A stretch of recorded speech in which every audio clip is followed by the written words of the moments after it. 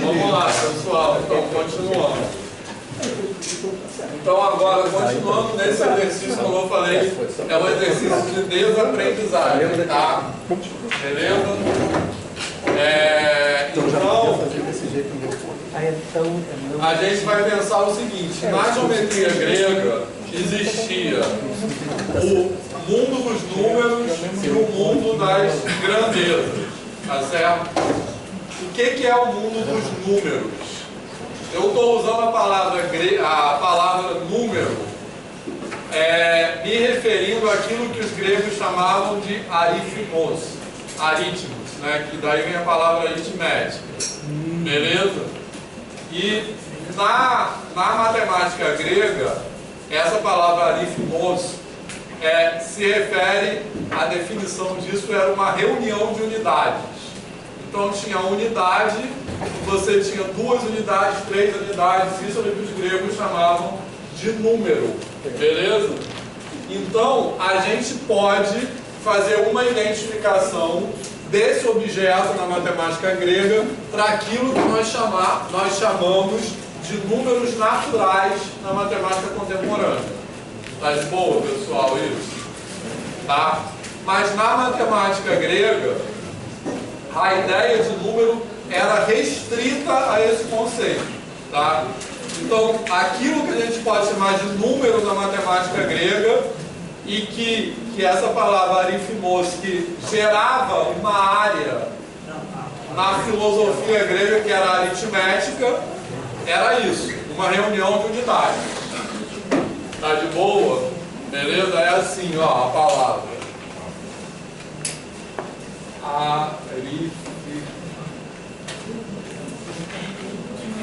Assim era a palavra, tem um acesso.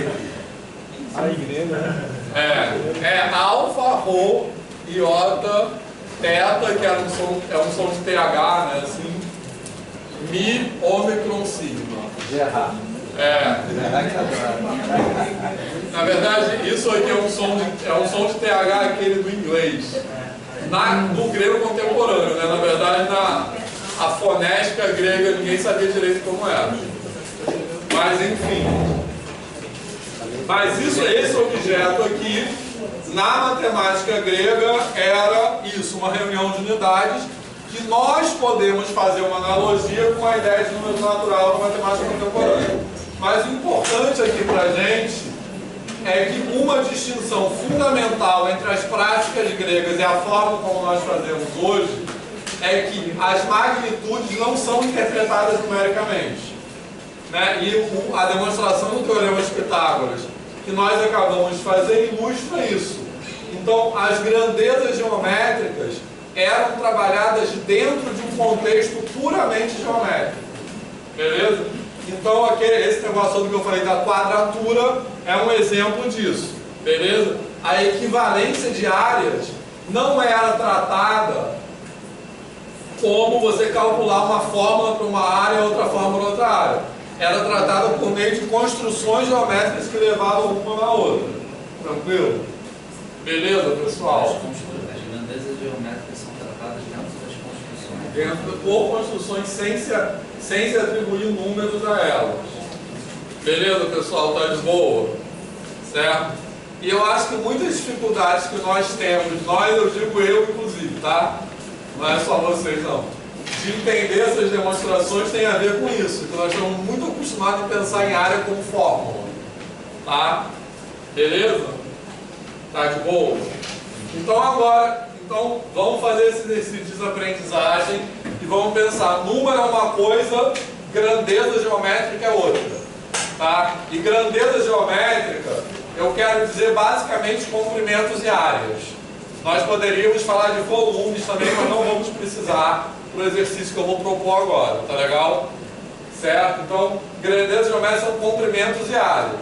Então, nós vamos pensar em comprimentos e áreas como objetos geométricos, sem associar números a eles. Beleza? E aí, eu vou mostrar para vocês duas construções geométricas muito simples, tá? Certo? que é essa aqui. Isso aí está no PowerPoint.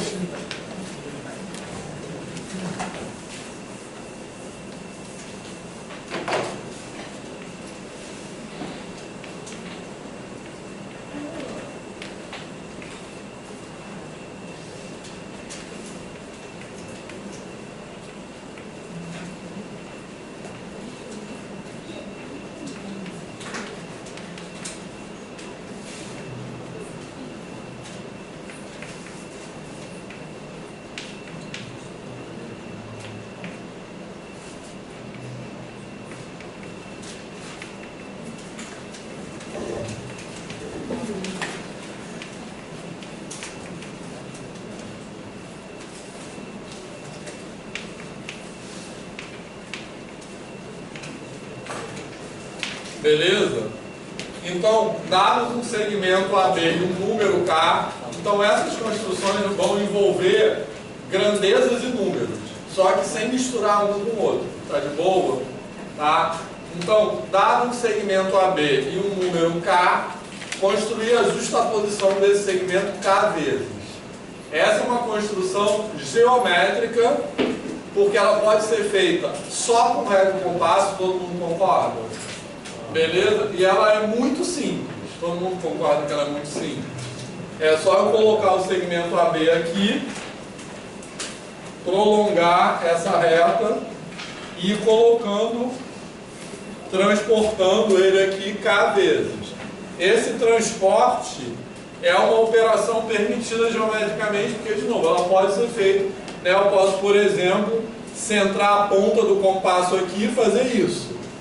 Tá de boa, pessoal?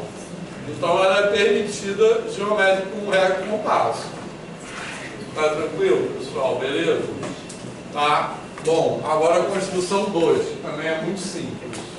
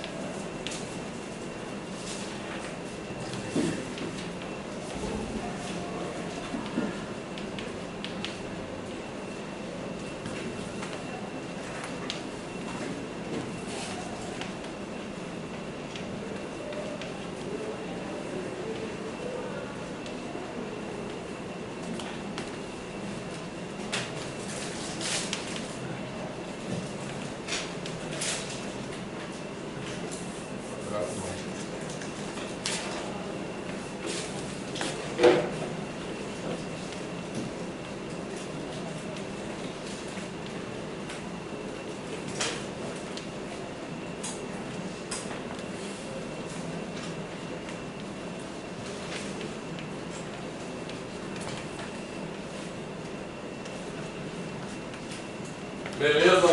A outra construção é dados dois segmentos AB e CD, construir um quadrado que tenha lados congruentes, respectivamente, a esses segmentos. Beleza? Todo mundo concorda também em uma construção muito simples? Ou não? Eu tenho dois segmentos aqui que são dados AB e CD. Hã? Lados congruentes a AB e a CD. Beleza? Tá? Tranquilo? Então, o que eu quero fazer? Eu desenho o segmento CD aqui, por exemplo, traço uma perpendicular aqui. Nessa perpendicular eu marco um segmento congruente a AB. E assim eu construo um retângulo. Beleza? Que tem AB e CD como lados. Ou, de forma mais precisa, que tenha lados congruentes a AB e CD. Tá de boa isso? Certo? Então, só chamando a atenção que aqui eu também só usei régua e compasso. Todo mundo percebeu? E aqui não aparece nenhum número. Tá de boa? Certo? Aqui aparece um número, mas o número não está misturado com o segmento. Tá? O segmento é segmento, o número é número. Tá? Então, eu estou fazendo construções que estão nessa lógica de separação entre os números e grandezas. Alguma dúvida nisso? Tá de boa? Certo. Agora a pergunta é: por que eu coloquei esse desenho dessas duas construções e uma não tem nada a ver com a outra? por que vocês acham que eu estou colocando esses dois exemplos aí, assim,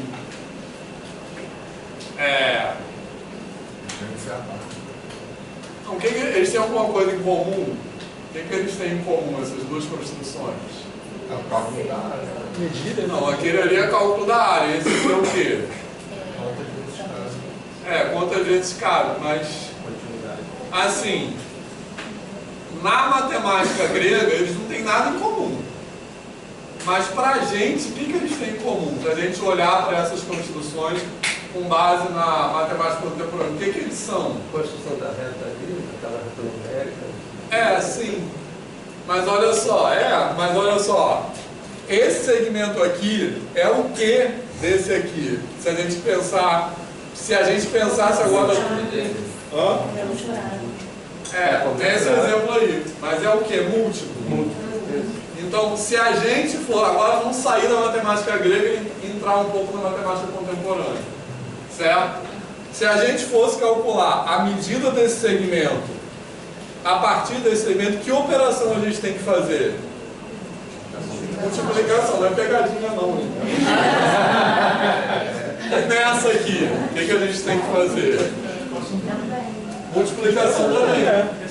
Então, na matemática contemporânea, agora eu quero falar muito sobre isso. Na matemática contemporânea, essas duas construções, que são muito diferentes da sua origem, são interpretadas como multiplicações. Beleza? Tranquilo? Tá? Então, na verdade, eu posso pensar assim, e aí eu quero falar sobre isso e quero falar sobre divisão também, que é mais legal, tá? Na verdade, eu posso fazer esse exercício para pensar assim, aquilo que a gente chama de multiplicação na matemática contemporânea, na verdade, são duas operações diferentes, tá? E vou falar melhor o que eu quero dizer sobre isso. Essa aqui que a gente pode chamar de uma multiplicação interior e essa aqui que a gente pode chamar de uma multiplicação exterior. Eu vou falar o que eu quero dizer com isso já. Mas está fazendo algum sentido isso? Sim. Tá, então olha só, vamos lá. Agora o exercício o exercício de desaprendizagem de novo. Vamos ficar alternando entre tentar pensar mais próximo da matemática grega e tentar trazer isso para a matemática contemporânea. Tá? Na matemática grega, se a gente pensar na matemática grega, essas construções não têm nenhuma relação uma com a outra. Tá? A gente só identifica ambas como multiplicação quando a gente traz para a matemática contemporânea. Porque quando a gente traz para a matemática contemporânea, a gente interpreta isso tudo como número. E aí que elas viram multiplicação. Beleza? Na matemática grega não, porque são medidas. Beleza, pessoal? Tá tranquilo? Isso. Agora, quando é que tudo vira número? Quando a gente mede, certo? É o ato de medir que faz as grandezas geométricas serem interpretadas como números. Beleza, pessoal? Certo? Tranquilo? Tá? Quando medimos, porque aqui eu não estou medindo. O que significa medir? Medir significa comparar com uma unidade. Tá legal? Certo? Exatamente. Que aí tudo vira número. Tá? Então, essa coisa de tudo virar número é uma potência e uma fraqueza na matemática contemporânea. Principalmente quando a gente pensa no ensino. Porque aí eu quero resgatar o que a Natália falou na primeira parte da aula. Que é assim, que eu gosto de fazer construções na escola recortando e colando. Falar de áreas recortando e colando. A gente raramente fala de área recortando e colando, a gente fala de área falando logo a fórmula. Né? O que é a área de um paralelogramo? É base, que bom, o Ronaldo também não. Mas a gente, que eu digo, não é a gente que está aqui. Mas uma prática comum é essa. A gente introduz área falando área, base vezes altura. Tanto que no começo da aula, eu perguntei para vocês, quando a gente pensa em área, o que vem na nossa cabeça? Várias pessoas falaram, multiplicação, base vezes altura, beleza? E não é porque a gente acha isso certo, porque a gente é educado assim.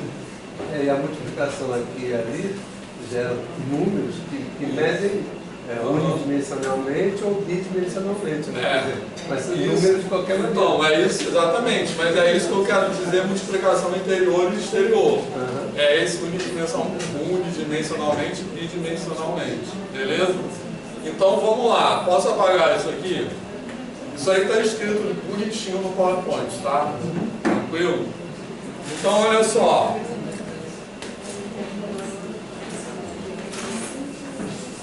Eu quero falar agora quando é que isso vira multiplicação, principalmente essa construção 2 aqui, tá? Que aí tem uma coisa mais legal. Então aqui é o seguinte, ó, eu tenho um segmento AB e um número K, certo? Aí eu vou construir um novo segmento que é a justaposição do segmento AB K vezes, beleza? Então, esse segmento novo aí que eu estou construindo, vou botar aqui CD só para a gente poder... É K vezes AB, tá? Certo? Esse vezes que eu estou falando não é um vezes de multiplicação ainda, ele já vai virar. Mas por enquanto é que eu estou colocando uma vez, duas vezes, três vezes, tá? Beleza? Agora, quando é que ele vira multiplicação mesmo? Quando eu chego aqui e ponho uma unidade de medida. Certo? Vou botar uma menorzinha aqui. Beleza? Quando eu ponho uma unidade de medida, tranquilo? Beleza? Aí como é que aparece a multiplicação? A multiplicação aparece quando eu faço a seguinte pergunta.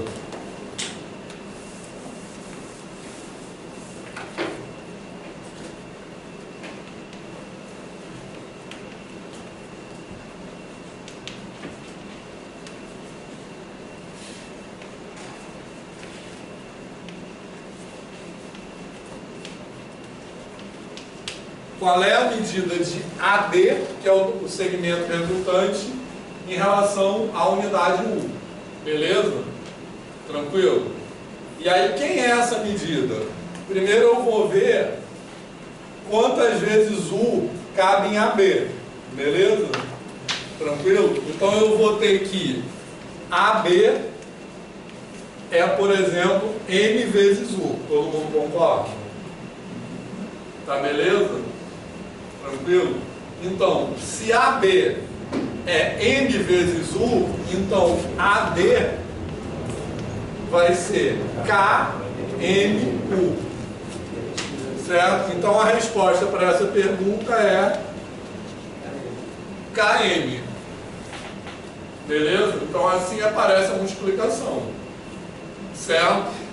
Tá? Porque repara só, até eu escrever isso aqui, certo? Eu não estava associando AB a um número, certo? Ao fixar uma unidade, eu estou associando AB a um número e AD a um número também. Tá de boa isso? Ah, É que uma hora você falou assim, que a noção de número na matemática contemporânea tem de atribuir uma medida. Não é nem a noção de número, a unificação de grandeza do número. Daí você atribui uma medida. Entendeu? Certo? Quer dizer, na verdade... Eu justamente estava pensando quanto, mas aí eu não sei. Mas eu estava vendo quanto, sei lá, cardinais ou ordinais. Não, estou falando número racional e real. Normal. Não. Estou falando número no sentido dos conjuntos numéricos, racional e real. Na verdade, nem estou falando número negativo aqui. É que eu estou usando a palavra número de uma maneira sem explicar direito. Tá? Beleza? Mas a observação do Arthur é importante, tá? O que eu estou querendo dizer aqui é o seguinte, olha só. No começo do problema, a gente tinha um número K e um segmento AB. Esse número K que eu estou falando aqui é um número aritmos, no sentido da matemática grega. E no começo do problema, eles eram objetos completamente de natureza epistemológica e ontológica diferente. No momento que eu escrevi essa unidade, que é o que a gente faz na matemática contemporânea, aí eu unifico os dois com um único tipo de objeto, que é aquilo que a gente chama de número na matemática contemporânea. Ficou claro isso? Então o comentário mostra que eu não estava fazendo o exercício que você propôs, porque senão eu tinha que desaprender, eu não estava desaprendendo. Tá. Então agora eu estou reaprendendo, né? Quando eu coloco essa unidade, entendeu? Mas o exercício de desaprendizagem que eu quero dizer é o seguinte: a gente está muito acostumado a lidar com esse problema colocando sempre a unidade, entendeu? Certo? Quando a gente coloca a unidade, aí tudo vira número, certo?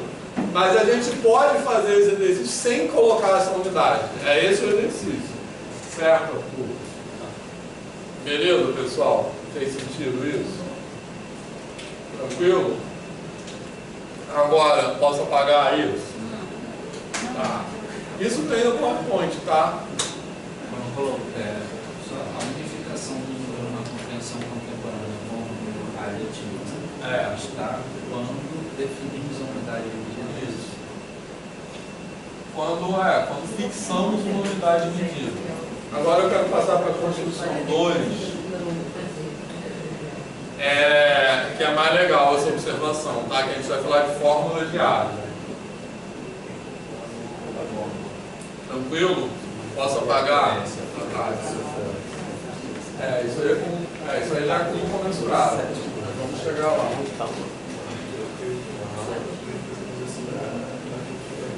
Beleza? Tranquilo? Tá? Então, olha só. Vamos lá.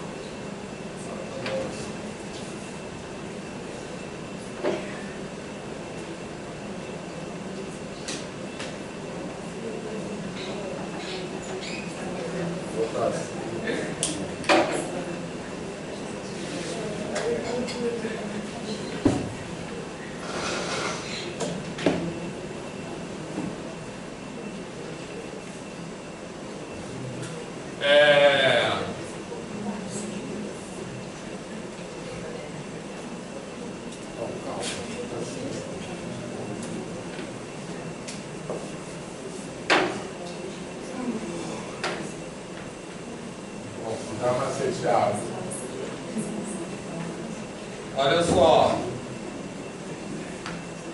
Então, a construção 2, eu vou construir um retângulo. Aqui eu vou botar CD.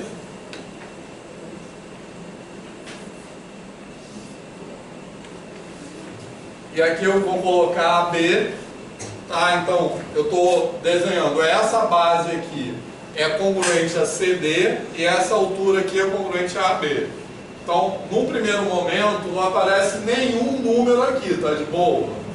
Essa construção que eu cheguei daqui para cá, eu não estou fazendo os passos, mas eu estou fazendo com régua e compasso. Tranquilo? Aí eu coloco a mesma pergunta.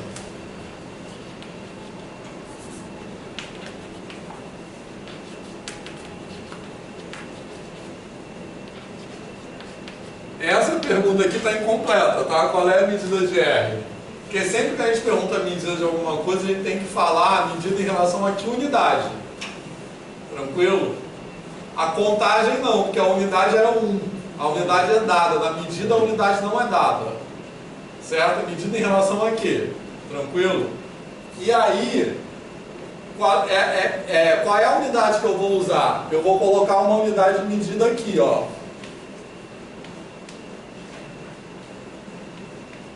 Beleza, pessoal? Certo? Então eu vou colocar essa unidade de medida aqui. E eu vou medir tanto AB como CD em relação a essa unidade de medida. Tranquilo? Tá? E aí eu vou reproduzir isso aqui. 5, né?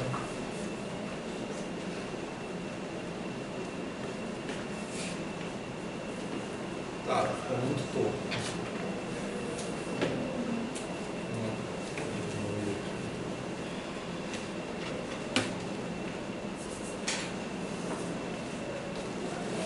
Beleza? Então aqui tem o retângulo R, tá?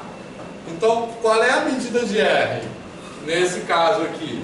Podem pegar os números que eu coloquei aí como exemplo. Em relação a essa unidade, nesse desenho que eu fiz aqui, a medida de AB é quanto? 2. E a medida de CD é quanto? 5. E a medida desse retângulo aqui é quanto? 10. Mais 10, por que a medida é 10? Em relação a que unidade? Quadrado. Quadradinho. Quadrado. Certo?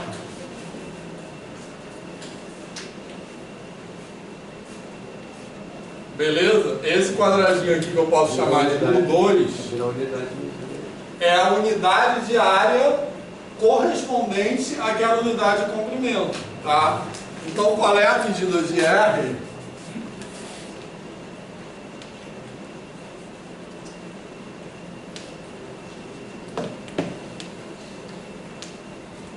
Em relação ao U2. Beleza? Certo? Então, quando eu falo que essa medida é AB, o que eu estou querendo dizer? Eu estou querendo dizer que se esse segmento AB, se U, a unidade de comprimento U, cabe A vezes no primeiro e B vezes no segundo, então a unidade correspondente U2 cabe AB vezes no retângulo. Beleza? Tá tranquilo, pessoal? Certo? Então, uma fórmula de área do retângulo é isso. Quando eu falo que a área do retângulo é A vezes B, certo? O que eu estou querendo dizer é que se a unidade de comprimento cabe A vezes num lado e B vezes no outro, então a unidade de área associada àquela unidade de comprimento cabe AB vezes dentro do retângulo. Tá de boa? Você está contando quadradinho. Eu estou contando quadradinhos, exatamente. Tá de boa isso, pessoal? Fez sentido? Certo? Então, de novo, assim como na construção anterior, os números só aparecem quando eu fixo uma unidade de medida. Beleza? Tranquilo, pessoal? Certo? Tá de boa isso? Alguma dúvida? Tá. Então, nesse PowerPoint aí do slide 24, tem um diagrama que eu fiz assim: mundo dos números, mundo das medidas, e aí o que unifica isso tudo vira número é quando a gente fixa unidades de medida. Tranquilo, pessoal? Certo? Aí, como eu falei agora há pouco, isso é uma potência e uma fraqueza da matemática contemporânea. É uma potência porque isso permite a gente fazer um monte de conta, digamos assim. E é uma fraqueza porque a gente, vamos dizer assim, joga por debaixo do tapete várias propriedades que seriam importantes para a aprendizagem. Beleza? Isso tanto no que diz respeito ao ensino de geometria, quanto ao ensino de aritmética também. Beleza? Tranquilo? Então, repara só, pensando primeiro na geometria, uma coisa que também está escrito nesse PowerPoint. Quando a gente vai ensinar, vê se vocês concordam com essa afirmação, agente, que quer dizer agente genérico, tá? Não é agente que está aqui, não. Mas, em geral, quando se ensina área, se começa falando logo as fórmulas, é ou não é? Então, eu sempre falo assim, que a gente tem que defender uma abordagem geométrica para a geometria, porque a geometria na educação básica virou, essa frase é redundante, é um efeito, tá? Virou uma álgebra e uma taxonomia, né? Uma classificação, triângulo, escaleno, paralelogramo, virou uma classificação. Mas a gente tem muito pouco uma experiência geométrica dentro da geometria, que é o que a Natália falou, de você falar de área antes de falar de fórmula e números. Você recortar e colar, trabalhar a equivalência, isso se faz muito pouco na escola hoje, não é? Fala. Quem fala? Eu tenho um comentário de uma frase do Michael Attia. Eu não sei qual é exatamente o contexto que ele fez, mas tem um livro de álgebra, não sei, que ele chamava de oferta faustiana. Porque o Michael Attia trabalhou também muito com geometria algébrica, né? Ou seja, junto os dois. Mas ele falava que assim, você quer resolver um problema de matemática muito difícil. Aí o diabo vem e fala assim, eu tenho uma coisa aqui que você pode usar e vai resolver qualquer problema que você quiser.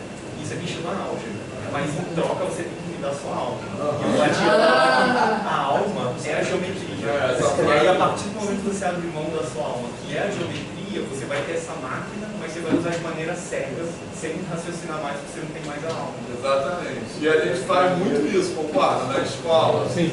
Então, depois do advento da álgebra, e aí falando mais genericamente, o advento da simbologia algébrica, ele é muito recente historicamente, mas ele é potente para várias coisas. Só que na escola, ele é tão potente que ele esconde o significado das coisas. Então ele diz que é a alma que ele está falando. Ronaldo. Eu sorteei na prova de aula pelo segundo área para o 8º ano. Eu dei aula exatamente, quer dizer, dadas as devidas proporções, mais ou menos assim, claro que usando uma linguagem que eu usaria para o garoto né? Para o garoto daquela, né? Sem falar de fórmula, eu só lá no final é que eu fui chegando a essa coisa do número para áreas.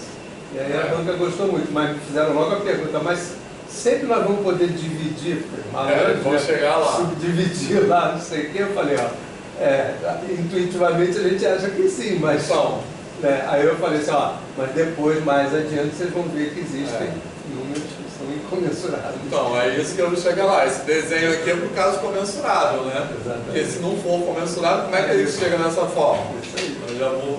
Hoje, poucas escolas de ensino básico trabalham no desenho geométrico, né? Isso aí faz muita falta a questão da construção, né?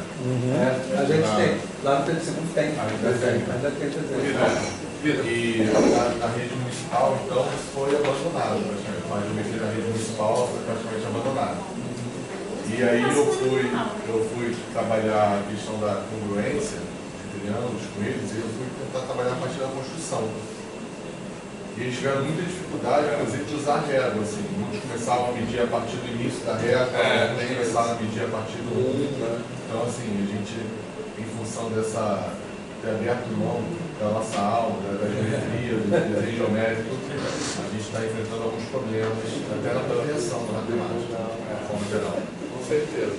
Não faz sentido.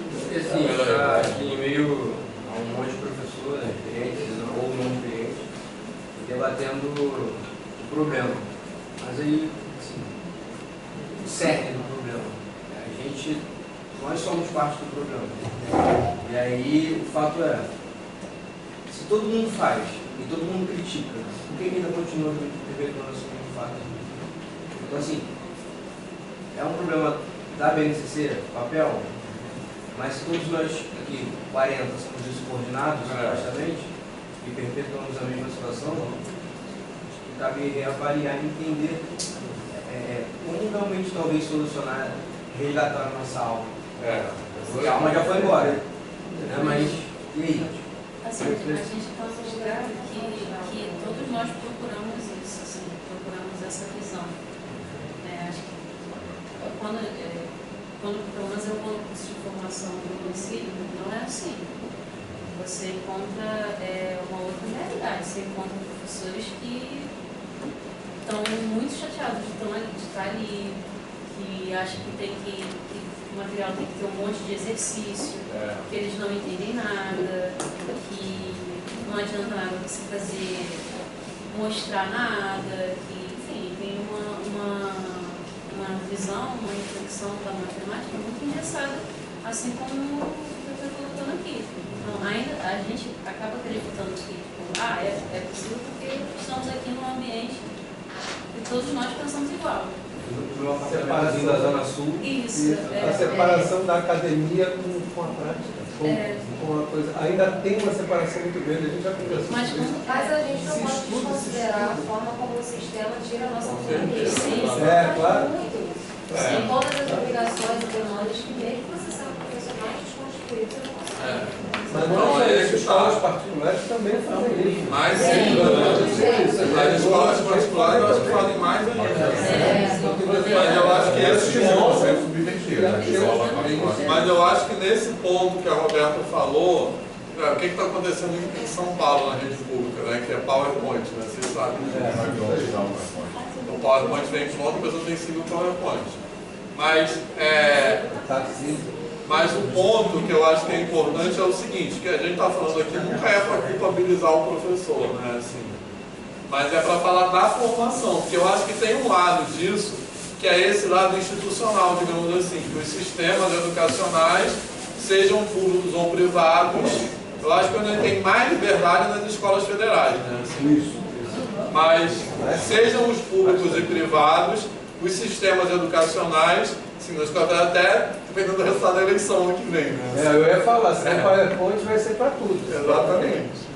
Se você tem uma cobrança de um sistema que depois coloca para fazer uma prova de 2 dias, que não vai medir esse tipo de construção, por exemplo.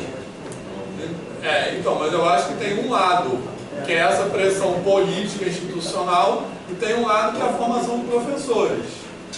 Então, eu acho que a gente pensando criticamente sobre isso, a gente sempre consegue alguma brecha no sistema, assim, não é que a gente vai conseguir fazer do jeito que a gente acredita, mas a gente sempre consegue achar, concorda, Roberto? Eu concordo, eu faço isso. A gente sempre, por mais PowerPoint que seja o sistema, a gente consegue alguma brechinha para fazer alguma coisa subordinada. Sabe o que eu acho assim, muito angustiante para mim? Porque eu voltei a estudar, né, lá em 2004, não sei o quê, porque eu estava inquieto com a gente ensinar sempre do mesmo jeito.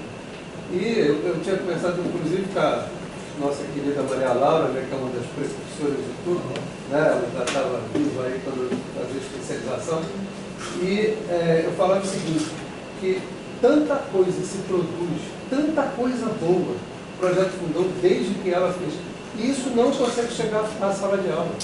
É muito complicado. E eu vejo assim, pessoas que fazem, que vêm estudar, que vêm fazer, não o Profimática, é uma coisa mais, né, mais engessada, né, mas vêm fazer, por exemplo, um temático, e depois voltam para suas práticas do mesmo jeito. Eu estava conversando com o Daniel sobre isso. Entendeu?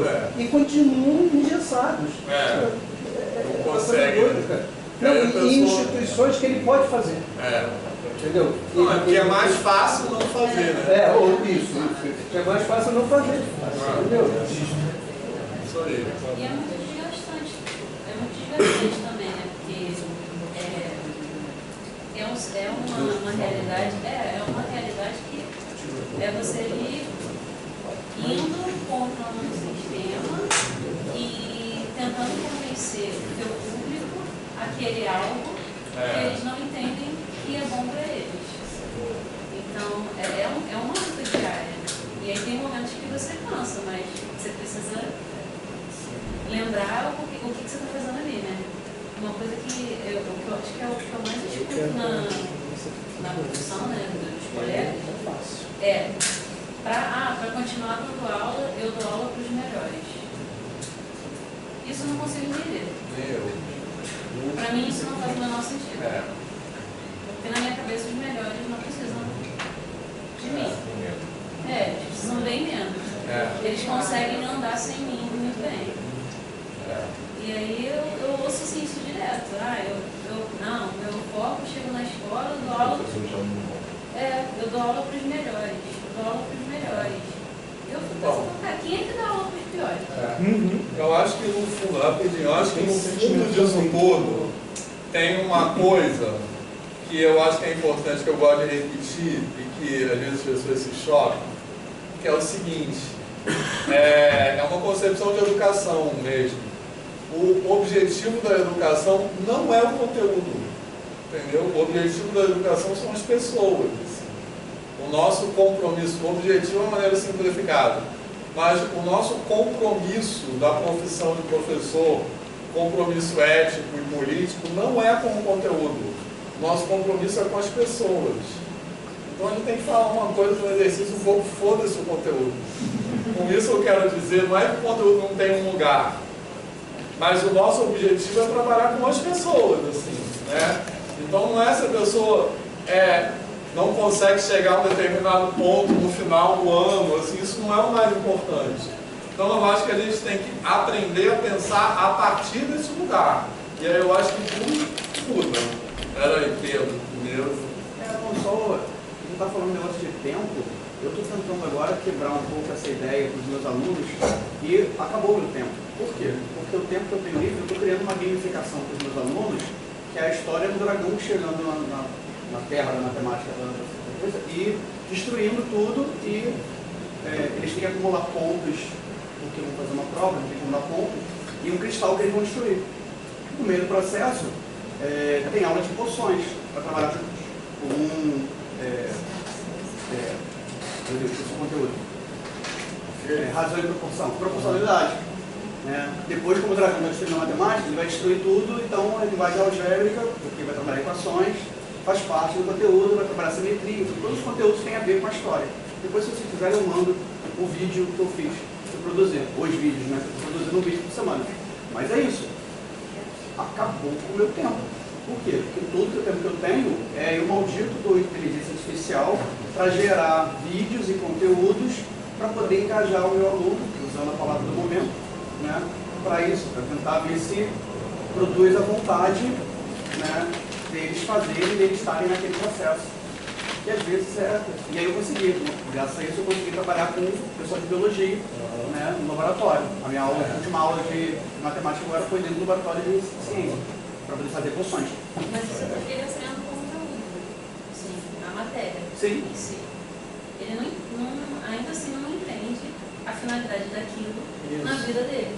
Então, quando eu levo, eu super entendo, e aí eu utilizo um pouco da linguagem do Pacheco, se não me fala a memória, que eu não estou necessariamente ensinando conteúdo, mas eu estou ensinando para ele o prazer de fazer alguma coisa. Sim. O prazer que é eu criar alguma coisa diferente, entendeu? Então ali, eu obviamente não falo isso para ele, mas quando eu mostro um vídeo, e se eu mostrar o vídeo para vocês, é impressionante o que eu fiz, porque eu sou leigo no assunto, eu estou aprendendo a fazer, é realmente assim, tipo, caraca, você fez isso para mim? Você fez esse vídeo para mim, eu como aluno? Eu falei, sim, eu fiz isso para você se sente especial, entendeu? Então é um pouco disso, entendeu? É um pouco dessa... Não importa por quê, porque eu não precisava trabalhar dessa forma, eu podia trabalhar de forma simples e direta, que a escola me permite, mas eu não vou querer, eu não quero fazer. Eu fiz criação de jogos semana passada, mês passado, em junho. A minha atividade do trimestre foi criação de jogos. Eu não precisava, foi um caos na escola. Ano passado eu fiz literalmente 4 salas de escape rooms. Cada turma fez uma sala de escape room, não precisava. Aliás, muito pelo contrário. Eu tive gente falando, você vai fazer besteira, vai dar errado. Eu falei, eu sei que vai dar errado. Eu estou esperando que dê errado. Mas a gente vai falar isso aqui nós temos. Sim, mas se a gente não fizer e não quebrar um pouco... Então, quero dar um exemplo também da minha prática. E esse ano, eu queria botar esse ano, já há algum tempo, tem essa disciplina de introdução ao cálculo aqui, né? Aí eu peguei para dar essa disciplina agora. E eu acho que tem uma concepção de introdução, que seria um pré-cálculo. Tem uma concepção dessa introdução ao cálculo que é o seguinte, que é assim, as pessoas pensam assim, o que impede a pessoa de aprender cálculo é porque ela não sabe, por exemplo, produto notável, porque ela não sabe simplificação, não sei o quê. Então vamos aprender, vamos ensinar produto notável, que aí a pessoa vai saber aquilo, vai aprender cálculo. Aí lá na aula é assim, ó, o produto notável é assim, A2, A mais B ao quadrado é A2, sei o quê. Aí a pessoa, o aluno pergunta assim, ah não, mas eu não sei por que não sei propriedade distributiva. Aí o professor fala, não, cala a boca e presta atenção aqui. O produto notável é A mais B ao quadrado é A2 mais 2AB mais B2. Entendeu? Eu acho que o que impede as pessoas de aprender cálculo 1 é que elas não se sentem autorizadas a falarem nesse lugar, aqui nesse ambiente da universidade. É que as questões que elas trazem são desconsideradas. Então ela nunca vai aprender aquilo. Por mais que você fale devagarzinho o que é, né, que eu acho que é isso, né? A pessoa não entende, aí você repete a mesma coisa devagar. Assim. Então, esses cursos convencionais de introdução ao cálculo, eles reforçam, né, eles pioram o problema, porque eles reforçam aquilo que impede a pessoa de aprender cálculo e que não é a falta de conteúdo, é a falta de pertencimento ao lugar. Então, eu acho que se concorda com isso ou não? Sim, pode discordar, tá? Principalmente quem estudou aqui na graduação há pouco tempo. Onde é que você dá essa disciplina? Foi semestre passado. Ah, tá, você estava dando de novo. Então é isso que eu quero dizer quando eu falo que o objetivo não é o conteúdo, é as pessoas. Entendeu? Então se a pessoa fala qualquer coisa, eu vou parar e vou ouvir aquela pessoa. Acho que é isso. Citando um exemplo, eu estou nesse projeto da prefeitura e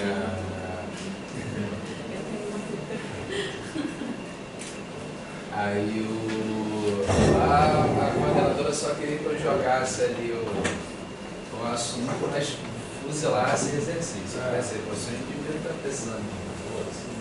Se eu fuzilar de exercício, não adianta nada. Né?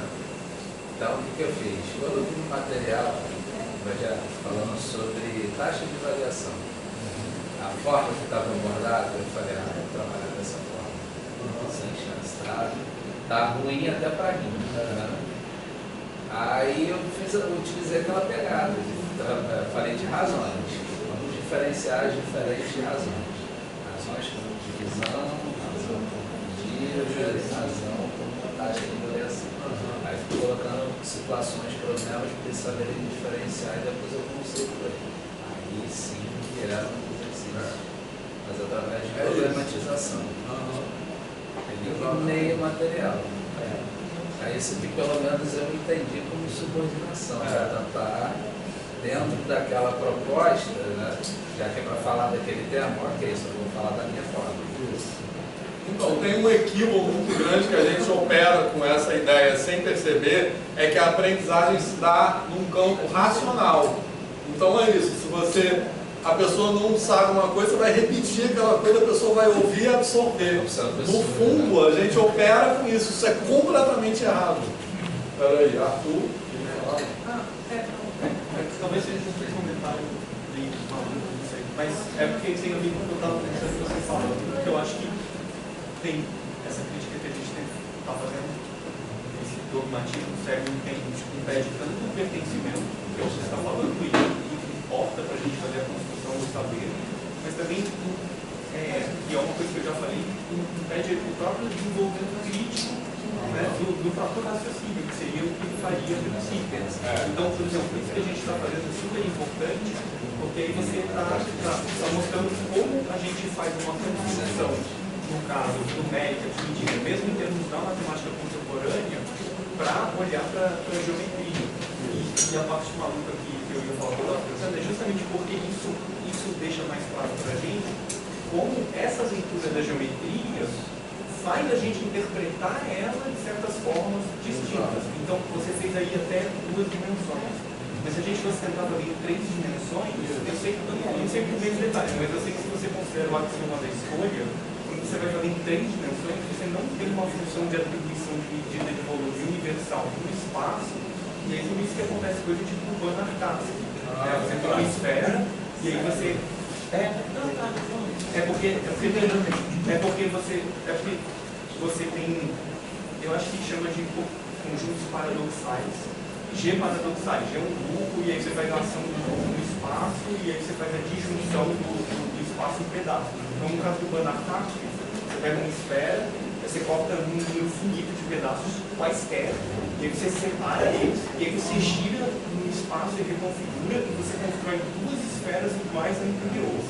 E aí todo mundo chama esse teorema de paradoxo, mas eu acho que inclusive é sintomático chamar esse teorema de paradoxo justamente por isso que a gente está falando, porque aí você desconsiderando que você está fazendo uma coisa desse tipo, e que tem, por conta do axioma da escolha, a impossibilidade de fazer uma função de atribuição de medida de volume no espaço, acontece esse tipo de coisa, porque quando você estuda o volume das esferas, eles dividem em 2, mesmo o tamanho sendo igual. Legal. Por isso que eu achei que era muito bom. Muito bom. Nunca tinha pensado nisso.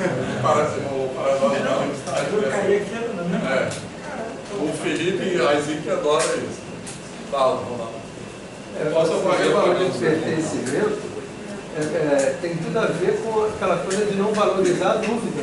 Exatamente. Que é o que eu A pessoa sei. nunca vai se sentir pertencendo àquilo, porque ela não vai poder ter dúvida. E quando ela coloca aquela dúvida, é como se fosse uma fragilidade dela, ela nunca vai se colocar. E aí, então, Exatamente isso. nunca, né? E a gente trabalha com um ensino que desqualifica a dúvida, né? Sempre. Deixa eu fazer um adendo ao que a Natália falou. Pode falar. Eu discordo em parte quando ela falou que o aluno não sabe o que quer. Na verdade, ele sabe até muito bem o que ele quer. Ele quer o número. Ele quer no final do ano. Ele quer o quê? Ele quer o número. Ele quer no final do ano ter uma nota, né, simplificada. Só que a maneira como a gente constrói a escola para entregar esse número para ele é que está no jeito, na origem do problema. Porque alguma escola, como você acabou de falar, castiga a dúvida, é uma escola que limita bastante, né? A gente vende a nossa alma, porque a gente entrega a ferramenta poderosa e pede para os outros.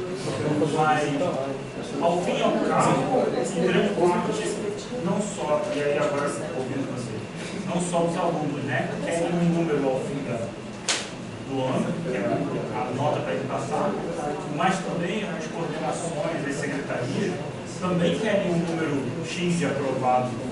Né? Então, está todo mundo querendo um número simples e direto, e a gente querendo mostrar a beleza da matemática. Infelizmente, a arte e esse tipo de cálculo não funciona. Então, isso aí que o Leandro falou é importante, que é aquele negócio, nem tudo é número.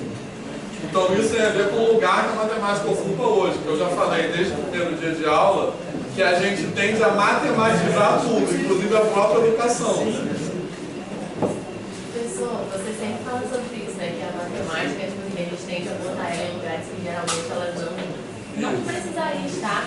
E aí eu estava cumprindo meu horário de planejamento lá na minha escola semana passada, e eu estava conversando com uma quarta supervisora, na verdade, que ela estava falando, né, sobre o processo de análise que ela passou por conta de cota racial.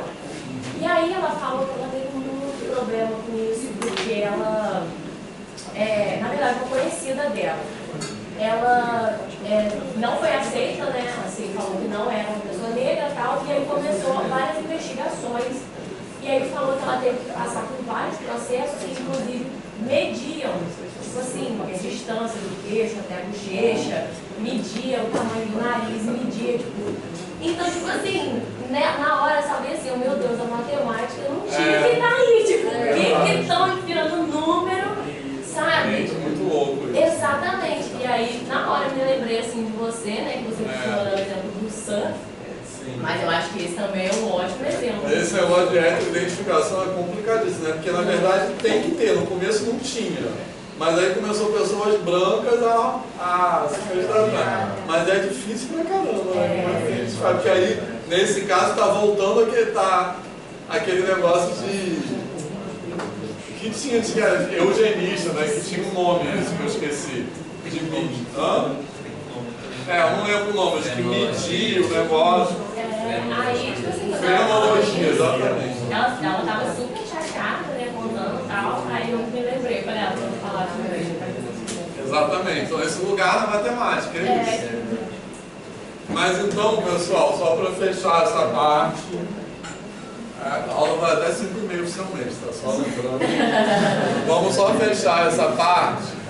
Isso aqui é um desenho que tem, bom, outra coisa, naquela que eu estava falando, aquelas fórmulas de área, beleza? Então, quando a gente ensina geometria, a gente vai falar de área, a gente começa pela fórmula, né? Mas a gente, ao começar pela fórmula, a gente está algebrizando completamente a geometria, está vendendo a alma, né? Como o Arthur falou. Eu não, foi o Latim. O Arthur falou, e você deixa de ter uma experiência realmente geométrica que pode ser importante para a aprendizagem da pessoa, beleza? E a gente deixa de pensar o seguinte, que está escrito aí no PowerPoint também, o que é uma fórmula de área? Uma fórmula de área é uma relação que se estabelece entre grandezas lineares de certas figuras geométricas, por exemplo, os lados, ou o lado e a altura, né? Entre grandezas geométricas, quando você assume uma relação específica entre a unidade de área e a unidade de comprimento, ou seja, as fórmulas de área, elas só são daquela forma, porque a gente escolhe uma unidade de área que tem uma relação com as unidades de comprimento, senão não seria nada daquilo. Então, por exemplo, o que é a área do retângulo é A vezes B? Isso é uma maneira resumida de falar se a unidade de área, se a unidade de comprimento cabe A vezes num lado, B vezes no outro, então a unidade de área associada cabe A, B vezes no retângulo, né? Então, até a gente chegar nisso, tem toda uma construção que a gente abre mão quando a gente começa com isso. Ainda tem um caso incomensurável que eu não falei ainda. Quando eu estou fazendo a revisão do sobre área, eu começo, mesmo que a revisão de área, eu não falo das coisas, eu começo mostrando. Aí o aluno falou, caramba, professor, então se eu quisesse medir a área com triângulozinho, não ia ser A vezes B, correto? Não ia, mas você pode. Você pode medir a área com triângulozinho. Entendeu? Dependendo da figura que eu fosse colocar para preencher, não vai ser A vezes B. Isso é ótimo, quando o aluno fala isso é ótimo. Você pode, porque o que é medida? É comparar com uma unidade. Você pode pegar um triângulozinho como unidade? Pode. Né? E a gente assume.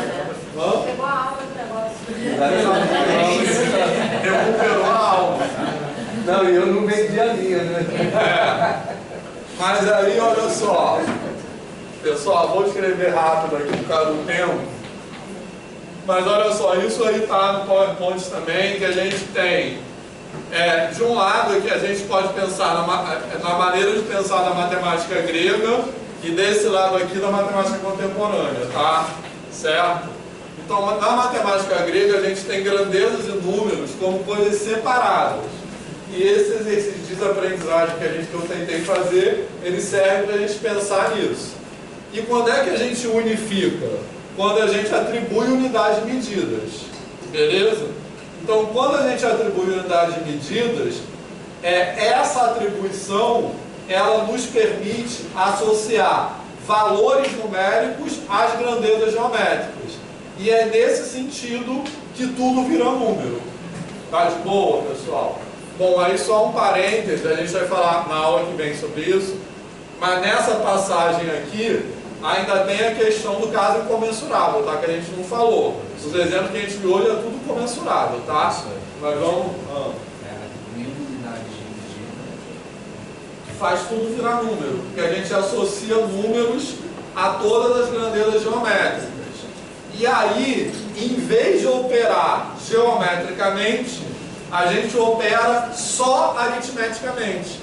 Porque a gente não opera com as grandezas, a gente opera com as medidas dessas grandezas, que são valores numéricos. Tá de boa, pessoal? Certo? Bom, Essa associação é através da comparação, não é isso? quantas vezes cabe.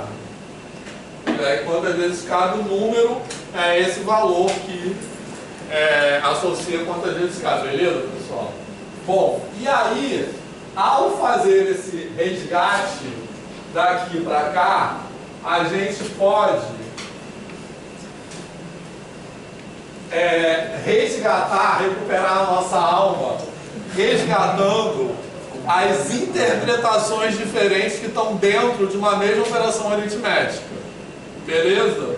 Tranquilo?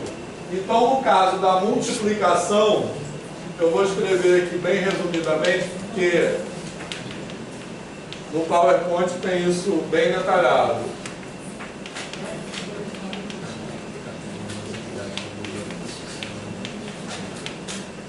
A gente tem um significado interior e um significado exterior, beleza?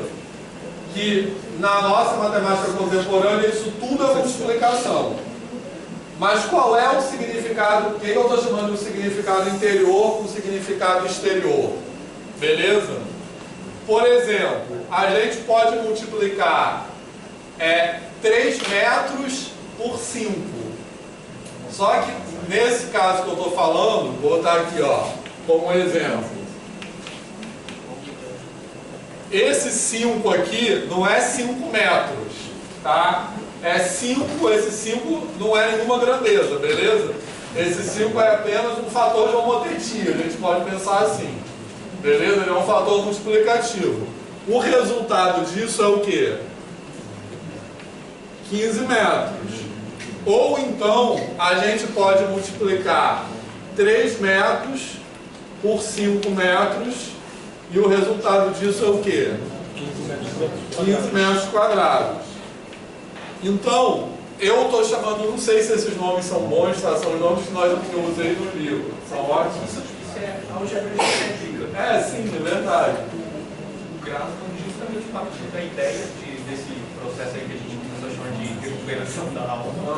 E ele justamente, só que ele usou vetores, né? Em vez de grandezas e segmentos. Não, isso tem a ver com produto vetorial, produto interno, quando a gente fala de vetores. Isso, mas aí na álgebra geométrica, quando você multiplica 2 vetores com o que a gente chama de produto geométrico, a multiplicação cria um paralelogramo orientado. Um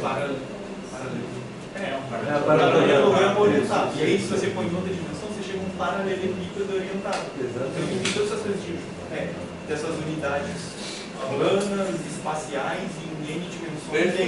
E aí você faz exatamente isso. Não, isso aparece quando a gente estuda álgebra linear. Isso. Na verdade, quando o Grasman fez isso no Alfredo Flair, ele provou o teorema da dimensão do núcleo da imagem usando esse tipo de coisa. Isso aparece também na termodinâmica. Qualquer dilatação por superfície ou por um sólido vai ter fatores de calorimetria distintos justamente pelas naturezas distintas. Uma coisa na superfície, outra coisa no volume. Então, aí tem um ponto interessante, assim, que na física eles se preocupam o tempo todo com as unidades das coisas. Sim. E na matemática a gente não se preocupa. E eu estou defendendo aqui que ao pensar, quando eu distingo, repara só, o que eu estou chamando de significado interior com significado exterior, o que eu estou fazendo? Eu estou fazendo esse caminho de volta. Em vez de pensar simplesmente que tudo é número, eu estou pensando na natureza das grandezas envolvidas na operação. Beleza? Na física eles sempre fazem isso, porque eles têm que se preocupar com a compatibilidade entre as unidades. Entendeu? Então quando você mede Newton, sei lá, força, não sei de que, trabalho, você tem que sempre se recuperar o que você está operando ali. Né? Exatamente. Não adianta só o número, né? Exatamente, não é só um número, e a gente desconsidera isso. Beleza? A gente nem cobra que o aluno coloca a unidade de medida. Está calculando a área. Exatamente. Chegou no número. Tá ótimo. Beleza? Então qual é o exercício aqui? É a gente tentar identificar dentro das operações aritméticas, que são operações entre números, a gente tentar recuperar o significado das grandezas que estão envolvidas. E que esses significados são perdidos quando a gente mede tudo e trata tudo como número. Fez sentido isso? Calma que eu não quero falar de divisão, tá? Que é mais legal. Mas é rapidinho. Beleza isso, pessoal? Então repara só, uma outra coisa interessante aqui que eu acho que a gente nunca pensa é o seguinte: adição e subtração são operações sempre interiores. Beleza? Por quê? Porque a gente sempre soma 3 metros com 5 metros e o resultado é metro. Beleza? Claro, a gente pode somar 3 laranjas com 5 bananas, mas a gente está considerando tudo como fruta, digamos assim. Quer dizer, a gente está considerando tudo como algo de mesma natureza. Beleza? Então, quando eu falo a adição e multiplicação são sempre interiores, porque a adição e subtração nunca envolvem mudança de natureza. E a multiplicação e a divisão, como a gente vai ver em seguida, envolvem. Beleza? Então a multiplicação é uma operação de natureza diferente da adição. Beleza? Porque quando a gente soma, as duas parcelas de uma soma tem sempre o mesmo estatuto. Na multiplicação não. Aqui, uma é uma grandeza e o outro é um fator multiplicativo. O outro é um fator de homotetia. Então eles não têm a mesma natureza. Beleza? Fez sentido isso? Tranquilo, pessoal? Certo? Tá? Bom, aí eu posso pensar em vários exemplos disso. Mas só para passar agora no correspondente a isso para divisão. E aí isso também está relacionado com aquele monte de sentido, né, que a multiplicação tem. Isso. Exatamente. Aí até ajuda a entender isso. Esse sentido. Eles têm a ver com isso. Esses sentidos são casos particulares, muita gente isso aqui. Beleza, pessoal? Tá? Agora, olha só. No caso da divisão, esse sentido aqui, esse significado, ele vai se bifurcar em dois, que é o que a gente chama de divisão como repartição ou divisão como medida. Então, divisão como repartição, a gente vai tipo inverter isso aqui, né, digamos. Divisão como repartição é quando eu divido 15 metros por 5 e o resultado é 3 metros. Beleza? Ou nos problemas assim, no ensino fundamental, quando a gente fala assim, eu tenho um saco com 20 balas e quero dividir entre 4 crianças. Quantas balas cada criança vai receber? Então esse 4, na verdade, é a quantidade, você tem uma quantidade inicial e você vai repartir essa quantidade num número de partes. O resultado, desse caso da repartição, é o quê? É o tamanho de cada parte. Tá? Então você tem, digamos assim, um tamanho inicial, quer dizer, os fatores da divisão, vou até escrever assim, para ficar...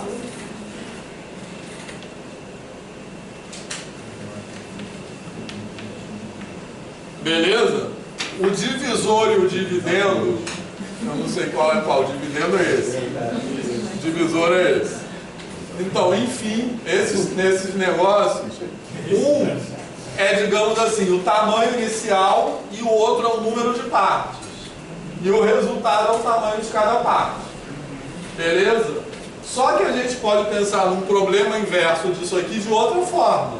Eu posso dividir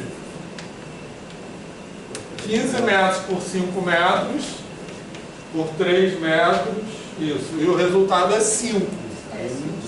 5 sem nada, exatamente. Porque aí eu tô. Por que eu chamo de medida? Porque o que esse 5 expressa? Quantas vezes o 3 metros cabe em 5 metros? Ou em outras palavras, se eu usar 3 metros como unidade de medida, a medida do 15 metros vai passar a ser 5, concorda? Beleza? Tranquilo, pessoal? Fez sentido? E aí uma coisa importante, ver se vocês concordam, é que eu acho que no ensino fundamental a gente trabalha muito mais com problemas de repartição do que com medida. É sempre assim, vamos dividir em quantas partes iguais. Então a gente forma uma visão restrita de divisão. E a geometria é só tratada do quarto mestre lá, depois do acabar Não, essa ideia de grandeza de natureza diferentes, a gente chega a trabalhar em proporção. Mas só quando falar de proporção, regra de 3, sempre saber separar direito de grandeza. Mas fora isso, não é. Isso tem a ver com a quantidade de significados diferentes que tem o símbolo da divisão. Exatamente. Foi uma linha de dissertação de mestrado. Ah, legal. Isso aí. Então, exatamente. Tem mais segundo caso, não seria o caso também de variação. Não, variação é esse aqui, que a gente chama de variação, que é a ideia exterior, que é a ideia de divisão como taxa. Beleza? Tranquilo? Certo? Então a ideia de divisão como taxa é quando eu divido 15 metros quadrados por 5 metros e o resultado é 3 metros, beleza? Essa ideia de taxa, na verdade, ela tem a ver com uma ideia de variação. Beleza? E essas outras ideias aqui, elas têm a ver com uma ideia de comparação. Tranquilo? Por que eu estou falando isso? Porque isso tudo está bonitinho lá no PowerPoint, tem no meu livro também, tá? Essas duas aqui, repartição e medida, de alguma forma a gente está comparando duas coisas. Concorda? Certo? Por quê? Porque aqui eu tenho comprimento e comprimento. Beleza? Tranquilo? Certo? Aqui eu estou operando com grandezas de natureza diferente. Então eu estou comparando área com comprimento. Então, justamente, eu não estou comparando.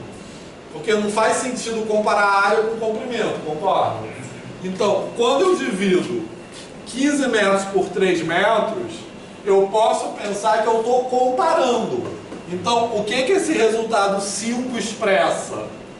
Esse resultado 5 expressa que 15 metros é 5 vezes maior que 3 metros. Então, eu estou comparando, concorda?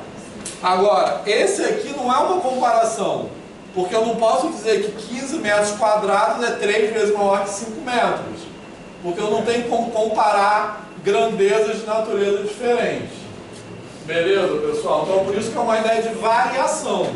Tranquilo? Aí tem outros exemplos disso. Por exemplo, velocidade, certo? Que eu tô falando 60 km por hora. Eu não estou comparando distância com tempo. Eu estou falando o quanto a distância varia em relação ao tempo. Beleza? Certo, pessoal? Fez sentido? Ou então, densidade, né? É a mesma coisa, uma ideia de variação. Beleza? Densidade populacional ou qualquer outra forma de densidade. Então, é uma ideia de divisão exterior. Tá de boa, pessoal, isso? Fez sentido isso? Tá? Então, pegando as palavras do Arthur, tudo isso aí é um movimento de recuperação de área, tá? A gente trabalha, só que eu estou recuperando esse de área, não, de aula. Eu estou recuperando esses significados. Beleza? Agora, ainda tem tempo. Mas, última observação sobre isso, que eu acho que é a mais legal de todas. Sabe o que que isso aqui, uma outra coisa que tem tudo a ver com isso, e que vocês nunca pensaram nisso, é o teorema fundamental do cálculo. Quando eu falo do teorema fundamental do cálculo, é dessas relações que eu estou falando. Porque, para entender o teorema fundamental do cálculo, eu preciso recuperar que dentro da ideia de derivada, a gente tem um espírito de divisão. E dentro da ideia de integral, a gente tem um espírito aditivo. Beleza? Certo? Então, quando eu falo de derivada, eu estou querendo ver o quanto uma coisa varia em relação à outra. E quando eu falo de integral, eu estou querendo ver o quanto uma coisa se acumula em relação à outra. Então, a relação entre derivada e integral, sobre a qual o teorema fundamental do cálculo fala, são essas relações aqui, passadas ao nível infinitesimal. Beleza? Basicamente é quando a gente pega isso aqui e passa isso ao limite, digamos assim. A gente, em vez de trabalhar com grandezas numéricas, a gente trabalha com coisas infinitesimais. Então, o teorema fundamental do cálculo é isso. Isso é a coisa que eu acho mais legal dessa. Já pensaram nisso? Não. Mas fez sentido isso? Hã? Fez mesmo? Pode falar. Pode? De boa? A má notícia é que não vai dar tempo de chegar nisso nessa disciplina. Vou tentar. Dá pra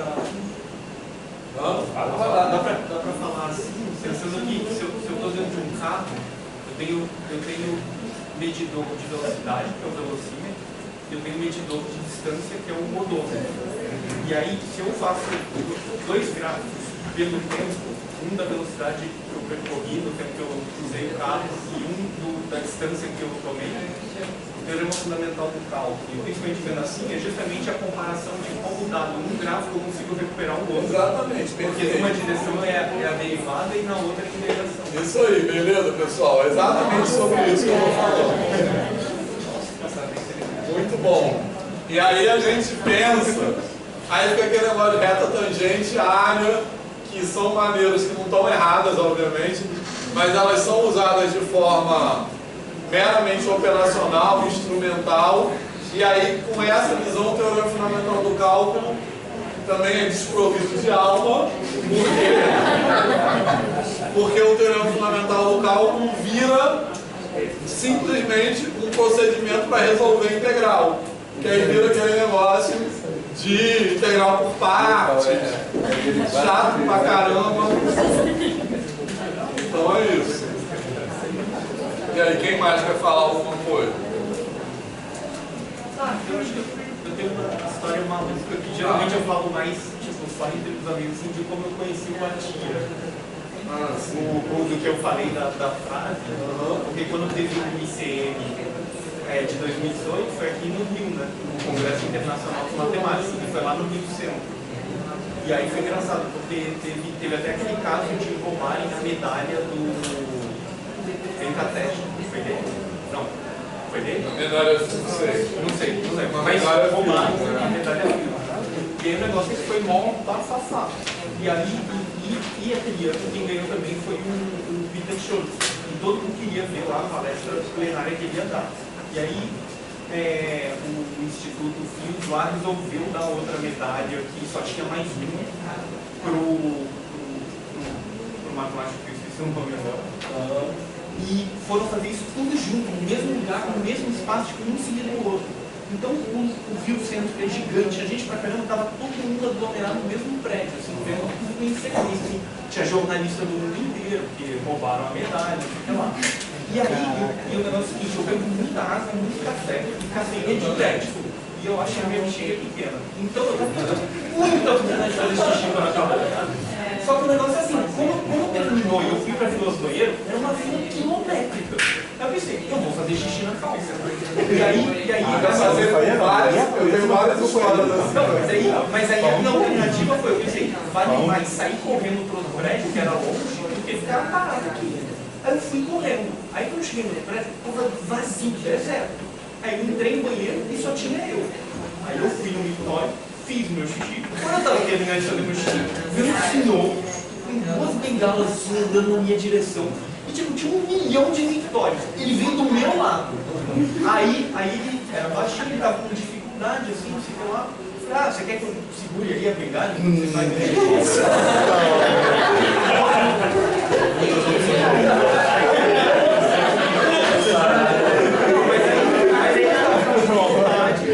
E aí tinha um banheiro de cadeirante.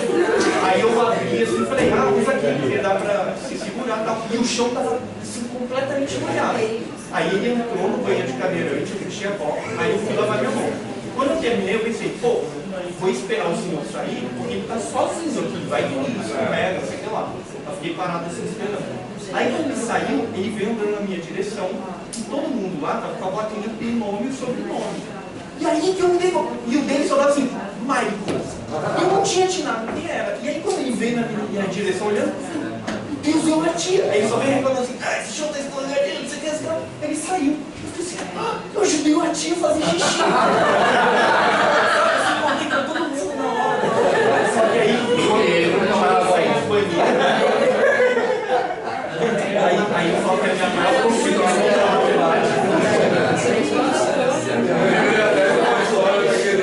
Priscila, rainha do deserto. Ela passava um pouco água. Mas enfim, muito bom. Mas aí eu não consegui tirar foto com ele depois que ele foi sentar na cadeira de roda, aí tinha um monte de gente ajudando, assim, que lá eu tava muito tímido. A gente ajudou depois. Mas não foram ajudar, mas saíram do banheiro. Porque ele estava bem velhinho já, 2002. Ele morreu, foi o quê? 1 ano depois, eu acho. E ele até falou aquele negócio maluco lá, né, no ICM, que ele achou que ele tinha aprovado a hipótese de vírus. Aí deu uma palestra e foi mó bafafá. Foi nesse ano que foi. Que ano foi? Então, o que mais, pessoal? Depois dessa. Então, valeu. Espero que tenham curtido. E até semana que vem. Professor, essa parte.